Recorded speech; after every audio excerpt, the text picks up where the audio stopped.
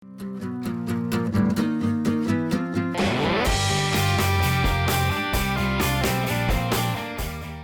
everyone, and welcome to Shelf Space. I'm your host, Ross13, and today, once again, we are looking at not one, not two, but three different kits all at the same time because they all make the Saturnix Gundam. So we have the Core Gundam 2 Titans color, the Saturnix armor, and the Saturnix weapons.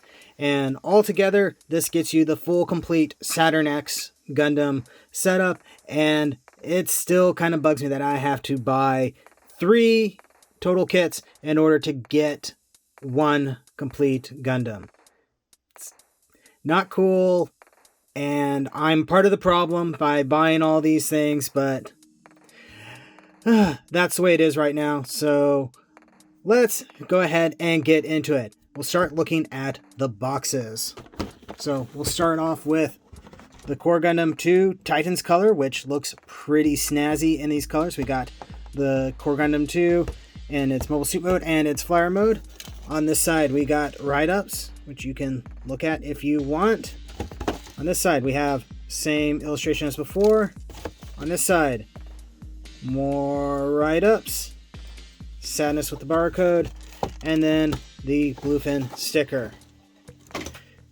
Here we have the Saturnix weapons, so we have the drill and the grabby thingy, and we see it on the Saturnix Gundam, as well as a Leo NPD. Got the same photograph as before, write-ups, photograph of the NPD, as well as the Core Gundam wielding it on its back. That might be the Core 2, actually, but still. You get a special backpack adapter for that, which actually looks pretty snazzy. Then usual stuff on the back, plus the sadness, and yes. Finally, Saturnix armor. It makes the actual Gundam parts and the weapons all glowy green to indicate that they're not there. Shows specifically what it comes with. We got write-ups, if you want to look at that. Same illustration. More write-ups, more sadness, same illustration, and that's that. Alright, enough of this. Let's go ahead and take a look at the stuff. Alright, here's everything on my fancy new turntable. We got the Saturnix armor with the weapons up on top, and then we got the Core Gundam 2 in Titans colors. And together, these look pretty cool. It would have been nice if they had done more to match things a little bit more, but they actually do a pretty decent Titans colors on this. I've mentioned before how their version of the G3 colors aren't really G3, and if I remember correctly, the Mars 4 Gundam used I think it was supposed to be real type colors or something like that, but it didn't look like the real type colors.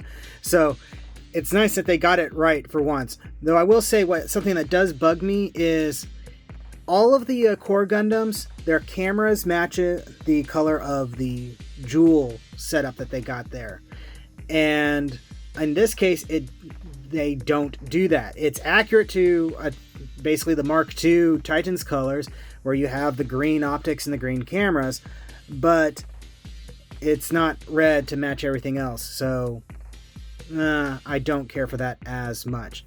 I like the orange color on this guy, and it looks very industrial, which it's supposed to, because it's basically a big drill bruiser machine. I dig that a lot. The Core Gundam 2 itself isn't changed much from the standard thing. It's just, as always, the colors are different. I do have his beam sabers down for some reason. They actually are supposed to go up, but whatever. And I still dig this a lot. It's a very cool little design with some very neat engineering feats in it. I've liked that about the Core 1, and I really like it about the Core 2. It's just a neat and fun overall build. This part itself doesn't get repetitive after building so many of them.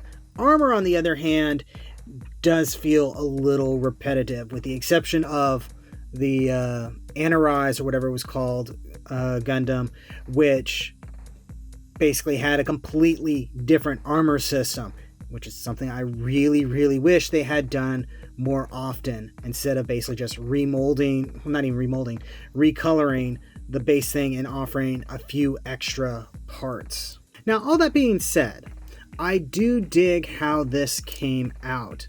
I like the colors. The white feels like maybe it's a little bit of an off-white, which again goes with this sort of industrial feel, but it could just be because it's next to this orange color. The crest thing looks a little silly on here, but yeah, this is pretty cool looking. I think the only major thing I don't like is these wheels come off a little bit easily and they don't really do much. Also, you want to make sure not to pick it up by this thing because it can pull out relatively easy. But yeah, it's a cool little system. It's just a shame that, you know, you have to buy two different things in order to get all of it.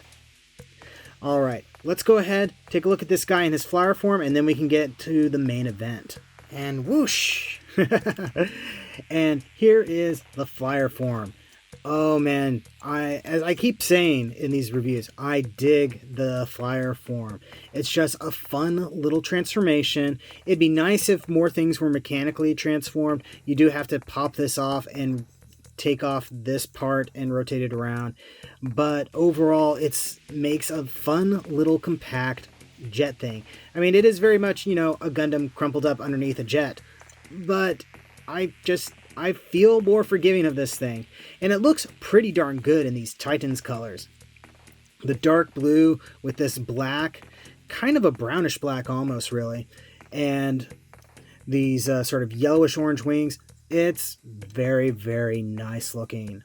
I am super happy with this aspect of it.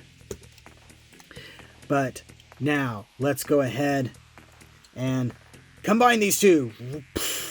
And here he is all armored up, and oh boy, do I have some thoughts on this.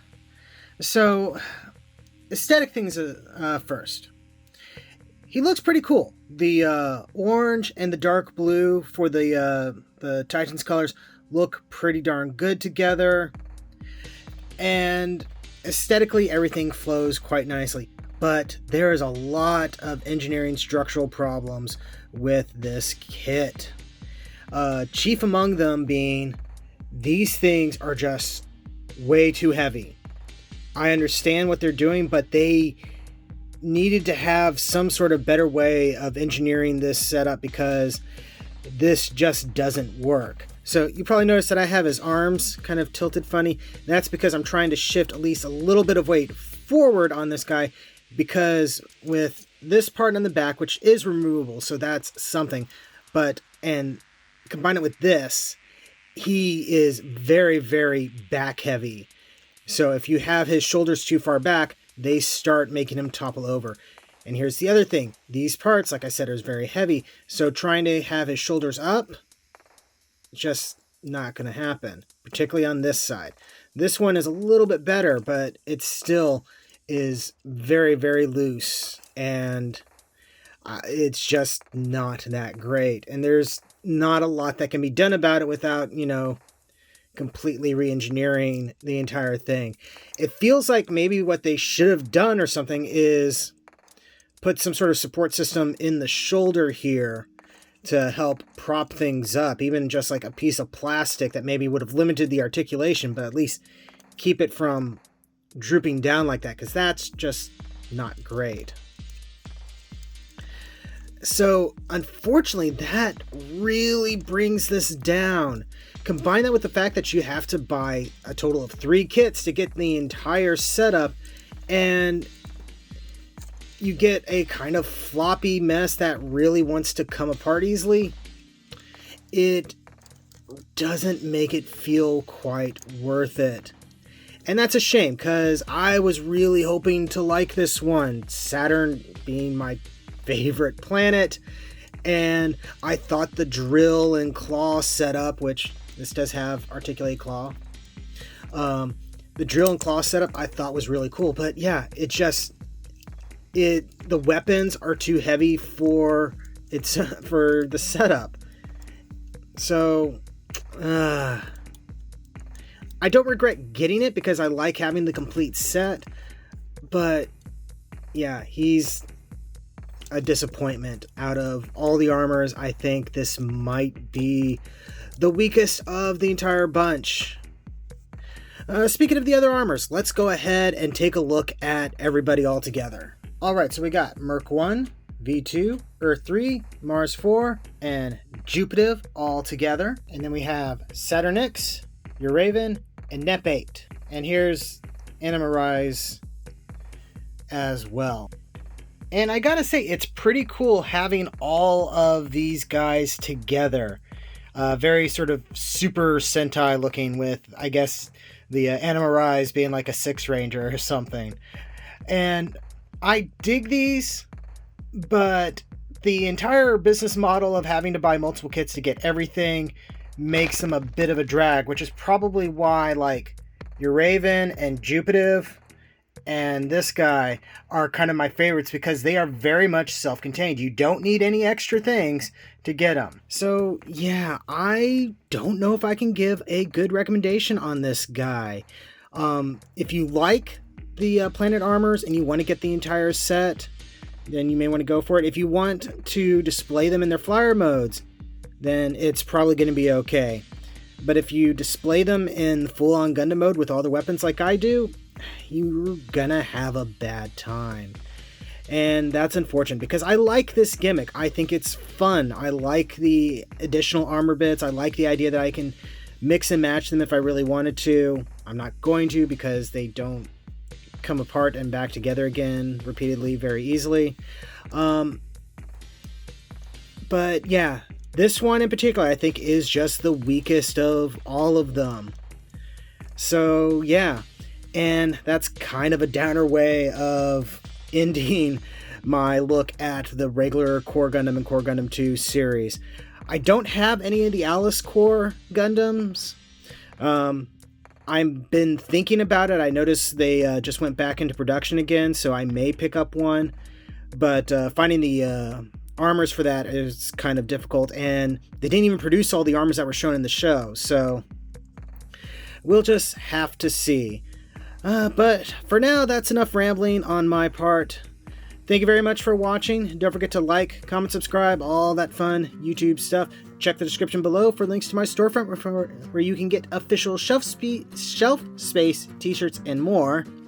And yeah, thank you again, and I'll see you next time you invade my shelf space.